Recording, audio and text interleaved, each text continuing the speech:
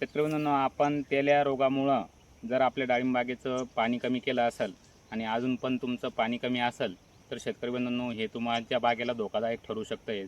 तर ते कशा पद्धतीने धोकादायक ठरू शकते आपण या आजच्या व्हिडिओमध्ये बघणार आहेत. नमस्कार शेतकरी बंधूंनो, मी आपला कृषी मित्र सचिन भाटे आपल्या सर्व शेतकरी बंधूंचं आजच्या व्हिडिओमध्ये मी सहर्ष स्वागत करतो.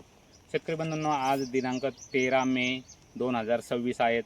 तर आज आपण मंगरुळ गावामध्ये आलेलो होतो आणि डाळिंबाच्या बागेवर आज आपण आलेलो आहेत.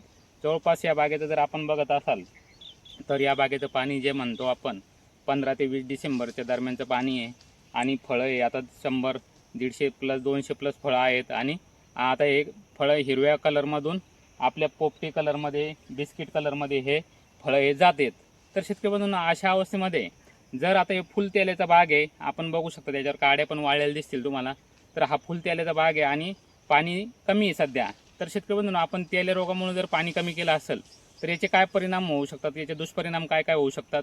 जर शेतकरी बंधूंनो, आपण जर पाणी कमी केलं असेल तर आता आपल्याला पाणी वाढवणं गरजेचं आहे. कारण आता टेम्परेचर हे 42-43 डिग्री सेल्सिअस तापमान हे झालेलं आहे आणि उन्हाचा प्रकोप हा जास्त प्रकर्षाने हा जाणवते. तर उन्हामुळं काय होऊ शकतं शेतकरी बंधूंनो, आपले जे फळाची साईज आहे ते साईजला परिणाम होऊ शकतोय. साईज तुमची कमी राहील आणि आता फळाची फुगवण अवस्था आहे आणि साईज कमी राहिली तर आपले फळं हे वजन घेणार नाही, साईज घेणार नाही. दुसरं, आपलं झाड हे जास्त फळं असल्यामुळं झाड हे शॉकमध्ये जाऊ शकतं, स्ट्रेस पिकाला येऊ शकते. स्ट्रेस आल्यानंतर हे झाड पुढं जास्त पाणी दिल्यानंतर हे झाड मरू शकते. अशी हे झाड मरू शकते, असा पण दुष्परिणाम आपल्याला होईल. आणि तिसरी गोष्ट, जर पाणी कमी असेल तर आपल्याला वाटतंय आपण तेल्यासाठी पाणी कमी केलं आहे, पण झाडाला जर पाणी कमी असेल आणि आपण पाणी कमी येतं मग आपण खतं पण कमी सोडतोय फुगवणीसाठी. त्यामुळं काय होईल, झाडाची जो ताकद आहे, जी ताकद भेटायला पाहिजे ती ताकद भेटणार नाही आणि आपले फळं पानातून जो कस वाढणार आहे, पानातून कस वाढल्यामुळं झाड हे तुमचं निस्तेज होणार आहे आणि झाड हे शॉकमध्ये जाऊन मरू पण शकतं आहे. हे असे दुष्परिणाम आपल्याला दिसू शकतात.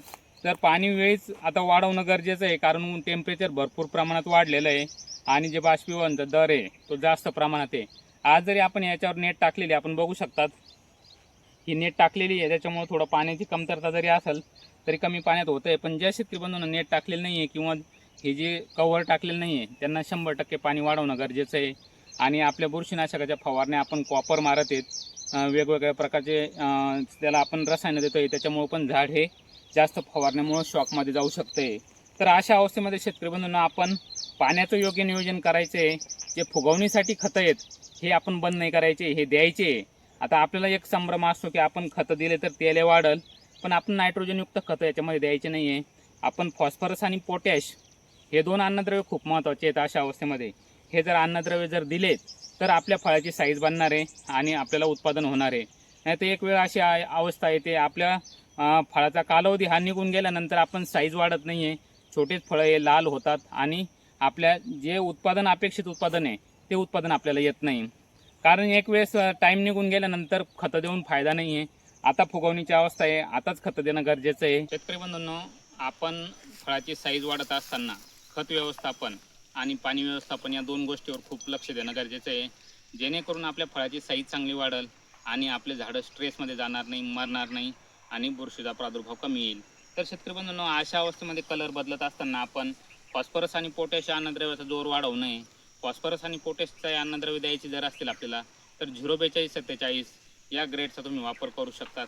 त्याच्यामध्ये 2.5 किलो एका एकरसाठी तुम्ही वापर करा. दुसऱ्या खतामध्ये जर द्यायचं झालं तर तुम्ही 052-34 एका एकरसाठी 5 किलो द्या. तसेच तुम्ही 49-32 हे 2.5 ते 5 किलोपर्यंत असे 2 ते 3 जे फॉस्फरस आणि पोटॅश संतुलित खतं द्या. तसेच मायक्रोन्यूट्रिएंटचा वापर तुम्ही ठेवा, मॅग्नीजचा वापर ठेवा. मॅग्नीजचा वापर ठेवल्यामुळं पण तुम्हाला झाडामध्ये प्रतिकारशक्ती राहील.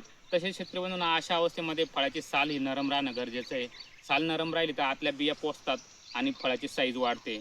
जर साल नरम नसेल तर फळं आपले तडकू शकतात, चिरा जाऊ शकतात आणि आपलं नुकसान होऊ शकते.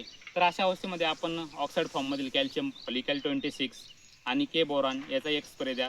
फॉलिकॅल 26 एका लिटर पाण्यासाठी 2 ते 2.5 मिली, के बोरॉन 1 लिटर पाण्यासाठी 2 ते 2.5 ग्रॅम ही फवारणी द्या, जेणेकरून आपले फळं नरम पण राहतील आणि साईज वाढण्यासाठी मदत होईल. तसेच शेतकरी बंधूंनो, अशा अवस्थेमध्ये उन्हाचा प्रादुर्भाव जास्त आहे. जर आपल्या पिकाला ऊन जास्त जर प्रादुर्भाव उन्हामुळं आपल्या फळाची साईज मार खाऊ शकते. तर आपण एक आर्थोसिलिसिक ॲसिड हे 2% हे 1 लिटर पाण्यासाठी 2 मिलीचा डोस घ्या. त्याच्यासोबत आपण आपले झाडं स्ट्रेसमध्ये जाऊ नये, तसेच झाडाची साईज फळाची साईज चांगली वाढावी. त्याच्यामुळं मेगा केल्पी हे सूक्ष्म अन्नद्रव्ययुक्तवर आधारित खत आहेत, लिक्विड युक्त खत, याच्यामध्ये फॉस्फरस पोटॅश पण आहेत. हे 1 लिटर पाण्यासाठी 2.5 मिली द्या आणि या दोघांची फवारणी करून घ्या, जेणेकरून झाडावर स्ट्रेस येणार नाही, झाडं शॉकमध्ये जाणार नाही आणि फळाची साईज वाढण्यासाठी नक्की मदत होईल. आणि शेतकरी बंधूंनो, अशा अवस्थेमध्ये आपली मुळी पण चेक करा, कारण मुळीवर निमॅटोड आला आहे का, निमॅटोड एकदा चेक करा. कारण आपण सुरुवातीला बाग धरल्याच्या नंतर आपण निमॅटोडचे औषध दिले होते, त्याच्यानंतर आपण निमॅटोडचे औषध दिले नसतील तर एखाद्या वेळेस निमॅटोडसाठी बॅक्टेरिया देऊन घ्या, जेणेकरून आपल्या झाडाला निमॅटोड वाढणार नाही. आणि पांढऱ्या मुळी वाढीसाठी मायकोरायझा असेल, ह्युमाकेल्पा असेल, अशा प्रोडक्टचा वापर करा, जेणेकरून आपल्या फळाची साईज चांगली बनल. आता आपण बघू शकतो शेतकरी बंधूंनो, अलीकडे घ्या. आता आपण बघू शकतो शेतकरी बंधूंनो, आता या अशा पद्धतीने हे फळं हे कलर बदलत आहेत, जवळ घ्या ना, अशा पद्धतीने कलर बदलत आहेत आणि हे साईज ही जवळपास 200-250 ग्रॅमपर्यंत या फळाची साईज आपल्याला हे दिसून येणार आहेत. तर शेतकरी बंधूंनो, या बागेवर फुल तेल्याचा प्रादुर्भाव आहे, तरी पण आपण याला नियोजन करून आपण सेटिंग वगैरे बघू शकतात. सेटिंग वगैरे चांगल्या पद्धतीने झालेली आहे. तुम्ही आता या असे फळं बघू शकतात. बाकी तुम्ही या पद्धतीनं पण याच्यावर आपण हे बघू शकतात. या अशा पद्धतीने सेटिंग वगैरे ही लागलेली शेतकरी बंधूंनो, आणि फळाची साईज पण आपल्याला चांगल्या पद्धतीने दिसत आहेत. तर शेतकरी बंधूंनो, अशा पद्धतीने नियोजन करा, जेणेकरून तुम्हाला अधिक उत्पादन येईल आणि तुमचा बाग हा तेल्यापासून मुक्त राहील.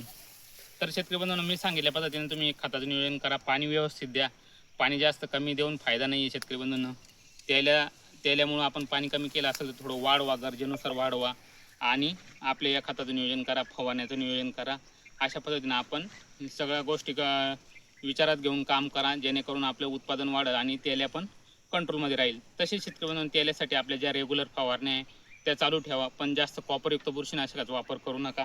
आता अशा अवस्थेमध्ये आपण आता हे फळं हिरव्याकडून कलरमध्ये बदलत आहे, बिस्किट कलरमध्ये चाललेले आहेत. कॉपरचा वापर कमी ठेवा, दुसऱ्या बुरशीनाशकाचा वापर ठेवा, बॅक्टेरियाचा वापर जास्तीत जास्त ठेवा आणि अशा पद्धतीने आपल्या बागेचं नियोजन हे तुम्ही करा. तुम्हाला काही अडचण असल्यास आमच्याशी संपर्क करा. आणि अजूनपर्यंत तुम्ही आपला कृषी मित्र सचिन भाटे या यूट्यूब चॅनलवर नवीन असाल तर पहिले चॅनलला सबस्क्राईब करा, बेल आयकॉन बटन दाबा. व्हिडिओ आवडल्यास व्हिडिओला लाईक करायला विसरू नका. धन्यवाद.